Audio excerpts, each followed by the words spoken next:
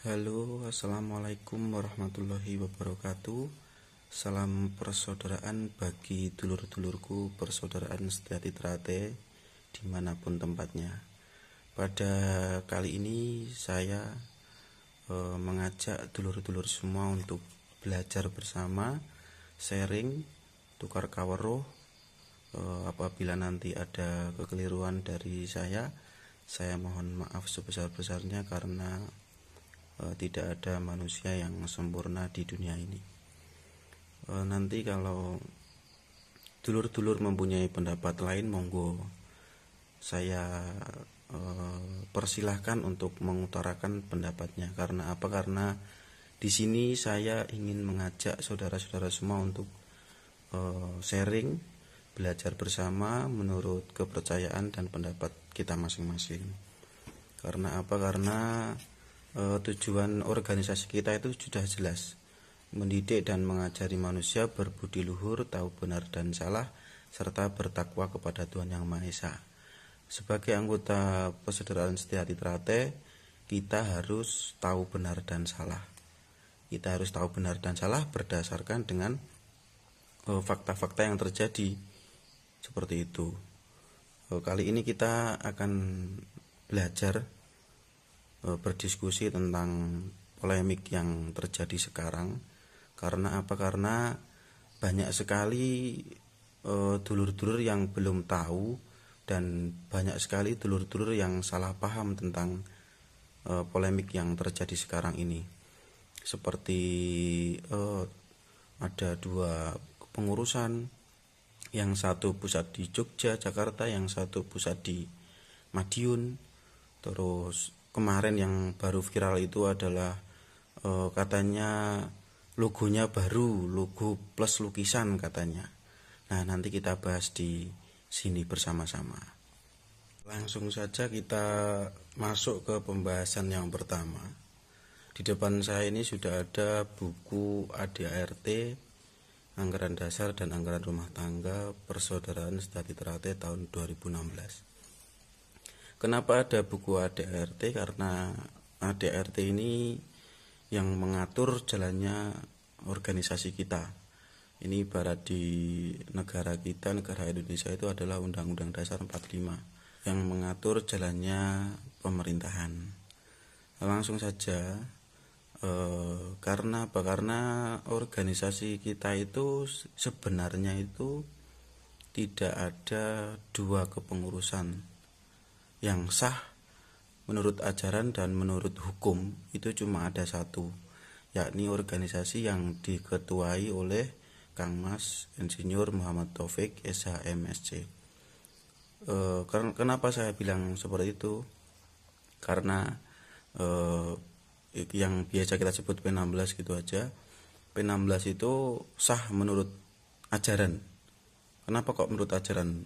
Kan banyak yang bilang P16 itu pusatnya Jogja dan Jakarta, JJ katanya. Nah, kita bahas dengan buku ADART tahun 2016 ini. Kita langsung masuk ke pusat. Nah, kita bahas pusat dulu.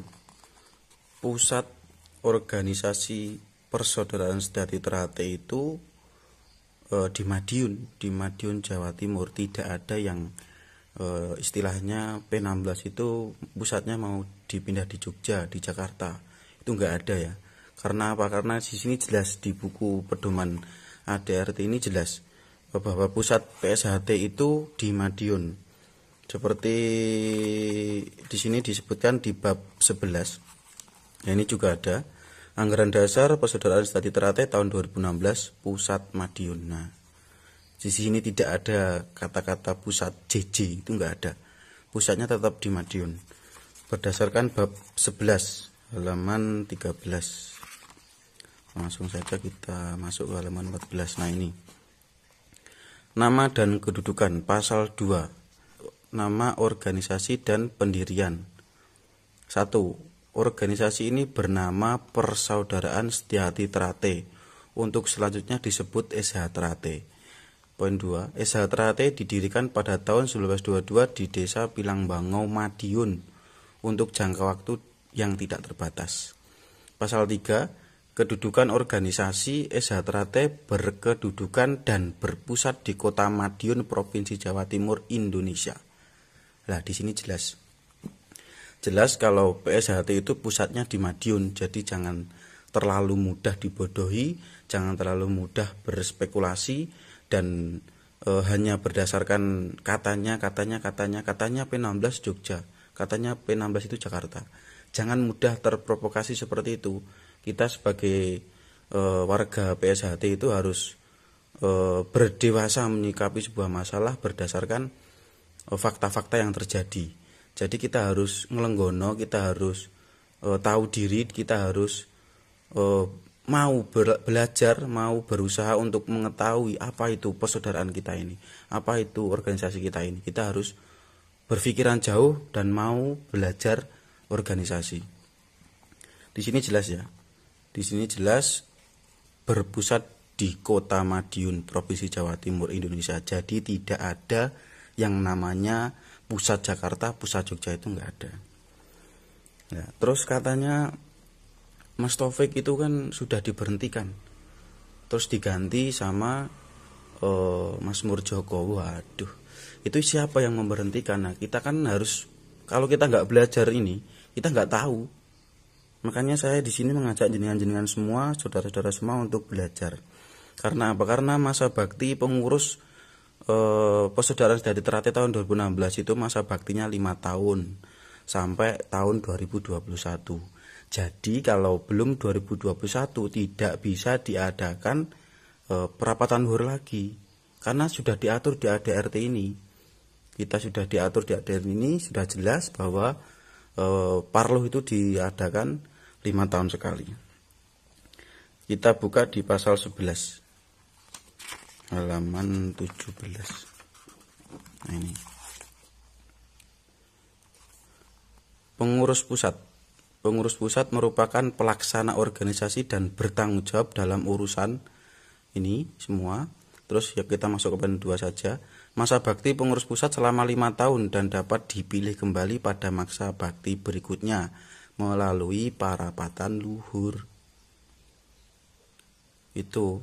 Jadi kita ini yang kita garis bawahi, selama 5 tahun, bukan setahun 2016 terus diadakan lagi 2017. Gitu loh. Terus kenapa kok kita bahas ke perapatan luhur? Halaman 18 ya selanjutnya. Nah, ini pasal 14, perapatan luhur. Perapatan luhur diselenggarakan oleh Majelis Luhur bersama pengurus pusat sekali dalam 5 tahun dan merupakan forum musyawarah mufakat tertinggi yang mempunyai wewenang dan tugas dalam A. Penyempurnaan anggaran dasar dan anggaran rumah tangga. B. Penyusunan kepengurusan organisasi tingkat pusat. Nah, itu langsung saja syarat-syarat mengadakan perapatan luhur. Perapatan luhur diikuti oleh Majelis Luhur, pengurus pusat, pengurus DKP, pengurus cabang khusus, dan Dewan Pertimbangan Cabang. Jadi kalau tidak diikuti oleh Majelis Luhur dan pengurus pusat bisa dikatakan bahwa perapatan luhur tidak sah. Seperti itu. Terus banyak yang bilang ketua umum itu harus dari Madiun, harus berdomisili di Madiun. Kan Mas Taufik itu tidak di Madiun, jadi tidak sah. Nah, nanti ini diatur dalam ADRT kita. Nanti kita masuk ke syarat pemilihan ketua umum, syarat untuk menjadi ketua umum nanti halaman 35 kayaknya. Halaman 35 langsung masuk ke halaman 35. Nah, ini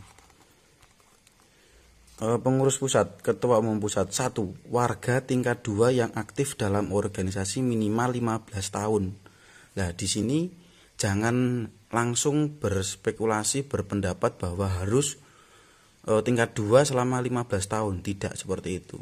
Syaratnya yang ini harus warga tingkat 2 yang aktif dalam organisasi minimal 15 tahun. Jadi yang bisa menjadi ketua umum itu adalah yang aktif dalam organisasi minimal 15 tahun dan harus warga tingkat 2. Gitu. Terus yang kedua ini diutamakan yang berdomisili di Madiun. Nah, ini dia garis bawah ya. diutamakan yang berdomisili di Madiun. Jadi tidak harus berdomisili di Madiun. Jadi di ayat 2 ini jelas. Jadi tidak harus ya. Ini hanya diutamakan. Kenapa kok ini Mas Taufik memilih ketua harian? Nah, nanti ada pasal selanjutnya. Terus yang ketiga, berusia minimal 50 tahun, jelas. 4. Pernah menjadi pengurus pusat Isatrate minimal 1 periode kepengurusan, jelas. Khusus untuk ketua, tidak boleh merangkap menjadi ketua anggota organisasi politik, jelas. Di Isatrate itu tidak boleh mengikuti politik manapun, tidak boleh. Karena apa? Karena itu tujuan Isatrate itu sudah menjadi semboyan di organisasi kita. Terus yang keenam lah ini. Dalam hal ketua umum pusat tidak berdomisili di Madiun, Majelis Luhur dapat memberikan tugas tambahan kepada salah satu ketua yang berdomisili di Madiun sebagai ketua pelaksana harian. Nah, di sini ditunjuklah Kang Mas R. Murjoko sebagai ketua pelaksana harian karena beliaulah yang berdomisili di Madiun. Seperti itu. Saya harap dulur-dulur bisa memahaminya. Terus kita langsung ke halaman 37. Katanya kan banyak yang bilang, Mas Taufik itu yang memilih cuma 8 dan Murjoko itu berapa? 103 atau berapa itu. Nah, di sini di ADRT ini itu jelas diatur dalam pemilihan ketua umum itu dilaksanakan dengan cara seperti apa?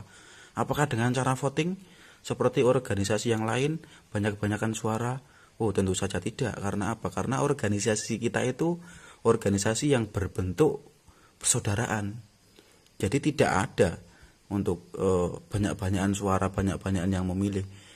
Katanya Mas Taufik itu suaranya cuma yang memilih 8, terus Mas Murjoko 100 lebih, itu bagi saya itu tidak untuk menjadi patokan sebagai ketua umum karena ini diatur dalam ADRT kita. Ini langsung saja. Pemilihan pengurus pusat. Pemilihan ketua umum pengurus pusat dilakukan oleh Majelis Luhur yang bertindak selaku formatur dengan memperhatikan usulan peserta parapatan luhur. B. Ketua umum pusat terpilih bersama Majelis Luhur melengkapi susunan pengurus pusat selambat-lambatnya 30 hari setelah parapatan luhur. Yang C. Susunan kepengurusan pengurus pusat menyesuaikan dengan anggaran dasar atau anggaran rumah tangga hasil parapatan luhur. Jadi di sini jelas tidak ada yang mengatur bahwa ketua umum, pemilihan ketua umum di PSHT ini harus banyak yang memilih. Yang berhak memilih ketua umum itu adalah Majelis Luhur. Begitu dulur-dulur semua. Terus katanya Mas Taufik itu diberhentikan, terus diganti oleh Mas Murjoko. Loh, lah siapa yang memberhentikan? Siapa yang berhak memberhentikan? Maka kita harus, saya katakan tadi, kita harus mau belajar untuk mengetahui bagaimana jalannya organisasi kita ini. Semua sudah diatur di ADRT ini. Kita masuk halaman 42 pasal 7. Mana 42? Ini pemberhentian pengurus. 1. Pengurus berhenti karena A. Berhalangan tetap sehingga tidak dapat atau tidak mampu melaksanakan tugasnya. Ini bisa diberhentikan. B. Mengundurkan diri atas permintaan sendiri. Yang C. Diberhentikan karena melanggar anggaran dasar dan anggaran rumah tangga dan atau melanggar pepacuh dan atau wasiat Isatrate atau karena perbuatannya telah mencemarkan nama baik Isatrate. Nah, di sini bisa kita pikirkan, bisa kita bayangkan apakah Kang Mas Muhammad Taufik itu berhenti? Tidak. Terus melanggar ADRT juga tidak, melanggar pepacuh wasiat Isatrate juga tidak.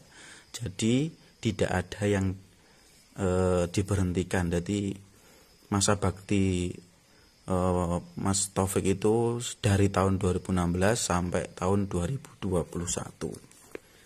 Mungkin itu dulu untuk mengenai pembahasan pusat P16 itu di mana. Kita jelas pusat di Madiun, Jawa Timur, dan selama-lamanya PSHT akan berpusat di Madiun. Jadi jangan mudah percaya dengan isu-isu PSHT P16 JJ08 pusat di Jogja, pusat di Jakarta, itu jangan langsung percaya, maka kita harus mau belajar. Terus yang pembahasan kedua, kemarin yang baru viral itu adalah logo baru, dan nanti kita bisa lihat bersama-sama, nanti kita belajar bersama-sama mana hak patennya, mana yang dimaksud logo-logo yang dimiliki Satrati. Jadi di sini juga diatur jelas, hak patennya juga jelas kalau semuanya itu adalah hak milik organisasi, bukan perorangan. Jadi banyak ya, ada hak paten logo, hak paten nama, hak paten hak cipta juga banyak, termasuk panji sakral ini, stempel, terus bendera, badge, dan mars PSHT ini semua hak milik organisasi, bukan perorangan, dan dikelola di Yayasan Setia Hati Trate yang diketuai oleh Kang Mas Lanjar. Nanti kita bahas pembahasan kedua, langsung saja kita ke pembahasannya.